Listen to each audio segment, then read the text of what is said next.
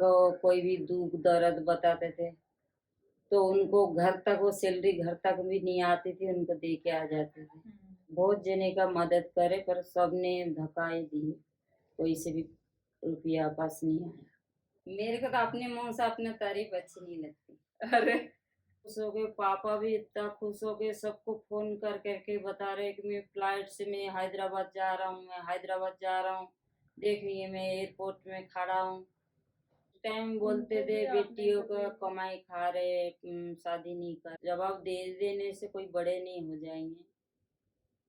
वहाँ एक बात अपन बोलेंगे, वो चार बोलेंगे और बातें बढ़ेंगी, इसलिए सुन के मैं आ जाती हूँ, मैं किसी को जवाब नहीं देती। खुश रहना जो जैसा चाहिए। मिल रहा है ऐसे में मैं खुशी होके मैं दिन निकाली। सांस नहीं ली, फिर 15-20 मिनट तक इसका सांस नहीं आया था। फिर दोनों माँ बेटी बैठ के रोने लगे। उसके बाद इसको थप्पड़ थप्पड़ मारे, फिर नाक कान फूंक फूंक के मम्मी लाल कर दी। शादी वाला दिन तो मैं तो बहुत दुखी में थी। क्यों? स्विमिंग में तो बहुत कष्ट थी। यहाँ डूबती थी तो 15-20 किलोमीटर में 20 फीट में आगे निकलती थी, यहाँ हाँ। डूब के। नमस्कारम एवरीवन, आप सभी का स्वागत है मेरे पहले पॉडकास्ट चैनल में जिसका नाम है शौर्य एक्सप्रेस। इसका नाम मैंने शौर्य इसलिए रखा है कि शौर्य का मतलब होता है ब्रेव। वो लोग जिन्होंने अपनी लाइफ में बहुत स्ट्रेंथ रख के लाइफ में आगे बढ़े हैं, लाइफ में जो हर्डल्स आए हैं, जो प्रॉब्लम्स आई हैं, उन सब से ऊपर उठ के जीवन में तरक्की की है, जीवन खुशहाली जो लेके आए हैं अपनी प्रॉब्लम सिचुएशन से लड़के। ये उन लोगों के लिए डेडिकेटेड है मेरा channel. So this is about extraordinary stories of ordinary people, जहाँ पे हम ऑर्डिनरी लोगों से बातें करेंगे और उनकी एक्स्ट्रा ऑर्डिनरी स्टोरीज जानेंगे।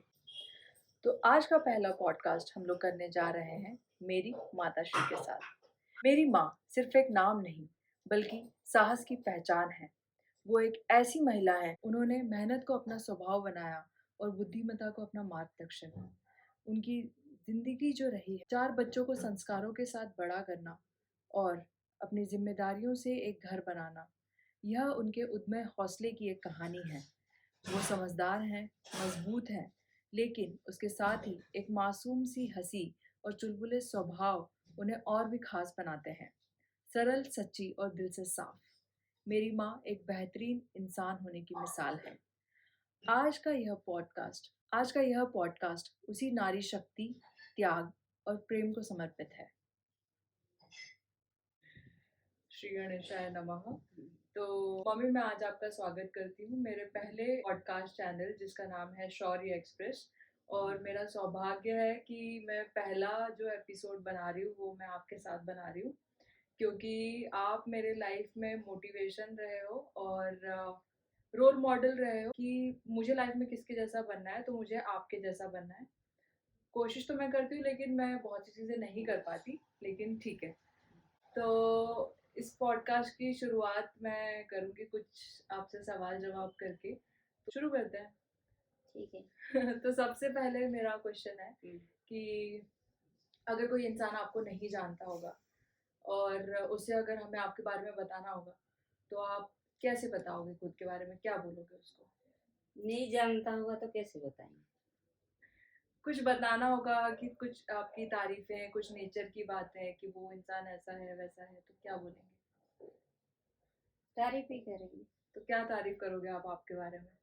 मेरे बारे में? हाँ, खुद के बारे में, सामने वाले के बारे आपके बारे में। कि आपके में? बारे में मुझे अगर किसी को बताना हो तो मैं उसको कैसे बताऊं कि मम्मी मतलब कैसी है, मम्मी कैसी है सुनीता पात्र?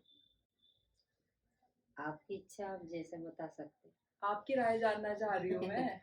मेरे को तो अपने मुंह से अपनी तारीफ अच्छी नहीं लगती। अरे अच्छा, आपके बारे में कौन सी ऐसी बात है जो ज्यादातर लोगों को नहीं पता है? ऐसे बहुत सारी बातें हैं। कुछ अच्छी बात है बता दो चलो। अच्छी बात क्या बताऊं? बचपन की बताऊं? बचपन की, बचपन से शुरू करते हैं। बचपन से। हाँ। बचपन से मेरी बाप माँ खेती बाड़ी वाला है, गाय भैंस दूध ठीक ये है, सब। ठीक है। इसी में हमने जैसे दूध निकालना, दूध बेचना, ये करना, वो करना, दही जमाना, छाछ बनाना, यही करना, खेती में जाना, खाना वगैरह लेके, इसी में हम बचपन निकल गए हमारे। खेलकूद भी तो बहुत किया है आपने, शरारतें भी खेल कूद बहुत भी की कहे, है। कबड्डी वबड्डी खेलते थे, तालाब में बहुत मतलब बहुत अच्छी तैराक थी आप। तैरते थे। बीच में मंदिर के, वो तालाब के बीच में जो मंदिर बना हुआ है वहां तक जाके टच करके हाँ, वापस स्विमिंग करके आते थे। हाँ, वो बहुत स्टेमिना वाला काम होता है, स्विमिंग इतना इजी नहीं होता है। स्विमिंग में तो बहुत कष्ट थी। यहाँ डूबती थी तो 15-20 किलोमीटर में 20 फीट में आगे निकलती थी। यहाँ डुबकी लगा के बिना सांस रोक के कंटिन्यूस ऐसे तैरना ना। कुओं में भी तैर लेते थे आप? कुओं में। और आप उस टाइम धान लगाना, धान बुना, उन सब में भी एक्सपर्ट थे? हाँ, खेती बाड़ी का भी काम सब और आता है। घर पे मौसी वगैरह रहते थे तो उनके बच्चे संभालना, उनके बच्चे संभालना और उनको खिलाना पिलाना। उस टाइम आपकी उम्र कितनी थी? 14-15 मेरी, हाँ, 10-12 से मतलब बच्चे उनको संभालने लग गई। तो आपको कभी ऐसा नहीं लगा कि अभी तो मैं ही बच्ची हूँ और मैं बच्चे संभाल रही हूँ? ऐसा नहीं लगा, नहीं, ऐसा सोचा ही नहीं। सोचा ही नहीं। तो कभी जैसे दूसरे बच्चे खेलते कूदते हुए दिखे हो तो आपका मन नहीं करा कि मैं भी जाके खेलूं और क्या मैं घर के कामों में लगी हुई हूँ? होता था, इच्छा होता था। सब बच्चे पढ़ने जाते थे, मेरे को भी लगता था मैं भी पढ़ने जाती तो कितना अच्छा रहता। तो आपको स्कूल तो भेजा गया था, लेकिन आप बचपन में गई नहीं। जब थोड़ा से 14-15 साल की हुई, जब मेरे को पढ़ने में थोड़ा इंटरेस्ट आया, रियलाइज हुआ कि हाँ। मैंने मिस। तो आपका घर तो इतने अच्छे एरिया में, बीच बस स्टैंड में बना हुआ है, तो आप रोज, मैं अगर जब भी नाना जी के यहाँ जाती थी तो मैं देखती थी कि बच्चे आ रहे जा रहे हैं, स्कूल जा रहे हैं, ट्यूशन जा रहे हैं, तो आपको देख के नहीं लगता था कि मुझे लगता था ना मेरे को भी। तो फिर आपने क्यों नहीं ज्वाइन किया उस टाइम पे? बचपन में नहीं करा, यही खेल कूद में टाइम पास कर लिया। उसके बाद जैसे बड़ा हुई, 14-15 साल की हुई, जब लगा मेरे को भी पढ़ना था, मैं क्यों नहीं पढ़ा, मेरे को भी सिलाई सीखना था, ये था वो था, उस टाइम पे लगा। और आपके लिए एक परफेक्ट दिन कैसा होता है? मतलब आप क्या सोचते हो कि दिन में मेरा ये चीजें हो जाना चाहिए, मेरा ऐसा दिन होना चाहिए? जैसे त्योहार व्योहार आता तो थोड़ा अच्छा लगता है। नहीं, नॉर्मल दिन आप कैसे रखना चाहोगे कि कैसा हो? नॉर्मल दिन है यही, खाना आना बनाओ, घर का साफ सफाई करो, ये तो सब। मतलब खुशी कब होगी कि यार आज का दिन मेरा बहुत अच्छा गया? तो कैसा उस दिन में क्या क्या चीजें होनी चाहिए? उस दिन में यही है, घर में सुख शांति, सबको हंसी खुशी से खाना पीना खाए, अच्छा खाना वगैरह बनाए, अच्छा मिलजुल के खाए पिए, हंसी मजाक करे, वो दिन बहुत अच्छा रहता। ओके, बढ़िया। तो आप बचपन में कैसी थी? नटखट थी, शांत थी, कैसी थी? ऐसे तो नटखटी थी, शांत नहीं थी। क्या क्या शरारतें करते थे आप? बहुत करते थे। जैसे? मेरी मम्मी डंडा लेके तालाब तक दौड़ के आती थी। 3-3 घंटा तालाब से निकलती नहीं थी। अच्छा। और कौन कौन से गेम्स पसंद होते थे आपको उस टाइम पे खेलने के लिए? उस टाइम तो मैं ज्यादा कबड्डी और वो अंग भंग। अच्छा, ठीक है। ये दो बहुत पसंद थे। और बचपन की कोई एक ऐसी पसंदीदा मेमोरी हो, बेस्ट मोमेंट हो आपका कि वो दिन मैं बहुत खुश थी उस दिन, ऐसा कुछ? हाँ, बचपन में तो ऐसे तो खुशी थी नहीं। अच्छा। खेल कूद में कहाँ दिन निकल जाता था, काम में, घर का काम में, खेती में गए तो हंसी मजाक हो के कहाँ दिन निकल जाता था, पता ही नहीं चलता था।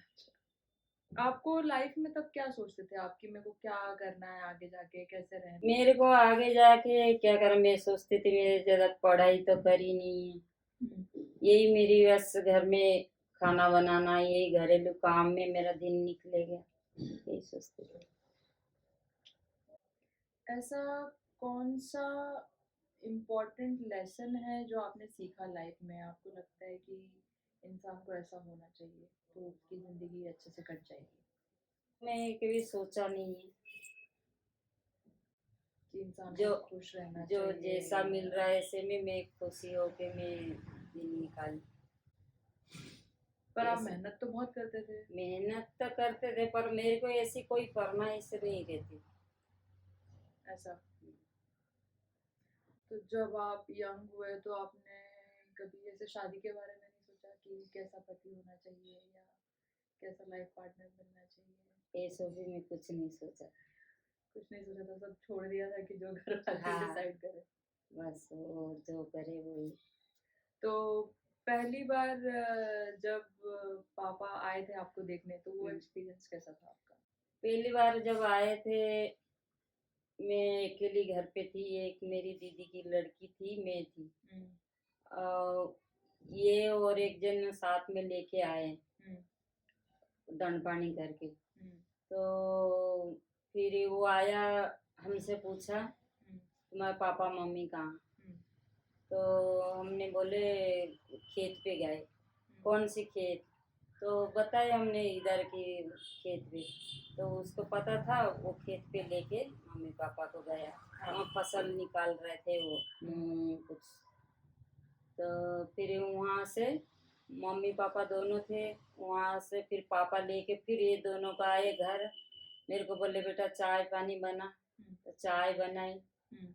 चाय बना के मैंने दूर से बहन की लड़की के हाथ में पहुँचा दी। हम्म। बस देख के चले गए। उसके बाद दूसरा तीसरा दिन फिर इनके भैया भाभी को पहुँचा दी।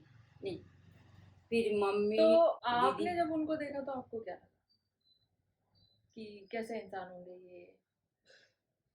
इतनी सो कुछ मैं सोचती नहीं थी। अच्छा। और देखने में तो अच्छा दिख रहा है बस। ओके। और जब शादी हुई और शादी के बाद शादी वाले दिन आपका क्या फीलिंग्स था अंदर से? शादी वाला दिन तो मैं तो बहुत दुखी में थी। क्यों? क्योंकि मेरे को सोना नहीं पहनाए थे, कोई तैयारी नहीं करे थे।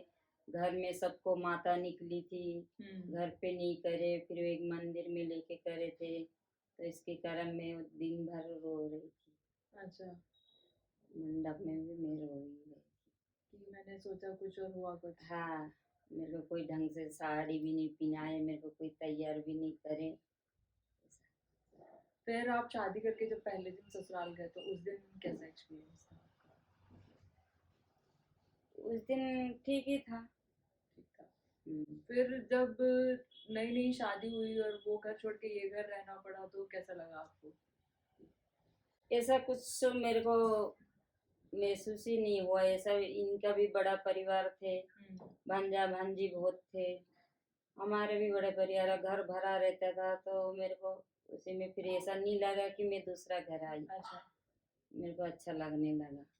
और आपकी सासू माँ कैसी थी, उनके बारे सासू में आप माँ क्या? तो बहुत अच्छी थी, बहुत अच्छी, मतलब एक बच्चे जैसी है। हम हम्म। भी जो बोलते थे वो ला के देती थी। हम्म। जो वो बोले वो काम कर दो तो बहुत खुश हो जाती थी। जैसे पकावन वगैरह कुछ मीठा चीज बनाना, मिठाई वगैरह उनको बहुत पसंद थी। हम्म। वो चीज अगर बना के दे दो तो बहुत खुश हो जाते हैं। अच्छा। फिर जब पापा ने वहाँ पर दुकान वगैरह लगाई थी हाँ, तो दुकान लगाए थे। दुकान लगा के फिर ये दुकान में मेरे को बैठा दिए। ये फिर मैं साइड धंधा और कुछ करूँगी करके निकल जाते थे। मेरे को उस टाइम कुछ इतनी आइडिया ही नहीं था दुकान कैसा चलाना, क्या करना। फिर मैं चुपचाप बैठी रहती थी दुकान में। तो जब नए नए आप आए थे तो पापा ने आपको पढ़ाना शुरू किया था हाँ, तो और एक दो महीने। एक दो महीना, हाँ, मतलब जून में शादी हुई थी तो उसके बाद? उसके बाद जुलाई अगस्त सितंबर अगस्त 2 महीने पढ़ा है। तो आपको अचानक से जब पढ़ाने में बिठाया पापा ने तो आपको नए नए अक्षर और ये सब ऐसे देख के डर नहीं लगा कि यार ये क्या है ये सब जैसे? नहीं लगा, इसे तो आता था थोड़ा बहुत। नहीं लगा मेरे को। जैसे मुझे अभी अगर कोई नई लैंग्वेज सीखना है तो मेरे को तो बहुत मेहनत वाला काम लगता है। मेरे को तो ऐसा कुछ नहीं लगा। तो आप 1 घंटे रोज बैठ के पढ़ाई करने में पूरा कैसे सीख गए रीड करना और सब कुछ? ऐसे शाम को कल ये याद करके देना, कल इतनी तक गिनती करके देना, कल इतने तक सीख के देना, तो दिन भर रटती थी। ओके। फिर उसके बाद जब आपका देवास आना हुआ हम्म। तो उस टाइम आपको लगा नहीं कौन सी नई जगह जा रहे हैं और कैसे हाँ, जा रहे ऐसा थोड़ा हैं? लगा था, कौन सी नई जगह जा रहे। उसके बाद यहाँ आए, उसके बाद वो घर वाले के तो बहुत मतलब वो महसूस करी। उसके बाद वो कुछ दिन तो अच्छा नहीं लगी। ये घर पे रहते थे जब ठीक रहती थी, उसके बाद रोना रोना आती थी। अच्छा। बस तेरे को लेके इधर उधर घूमने थोड़ा बाहर निकल जाती थी। हम्म। फिर ये ऐसा लगता था कैसे यहाँ दिन निकालूं कोई। अचानक से बड़े बड़े घर में रहने के बाद हाँ, खाली खाली खाली सा। खाली।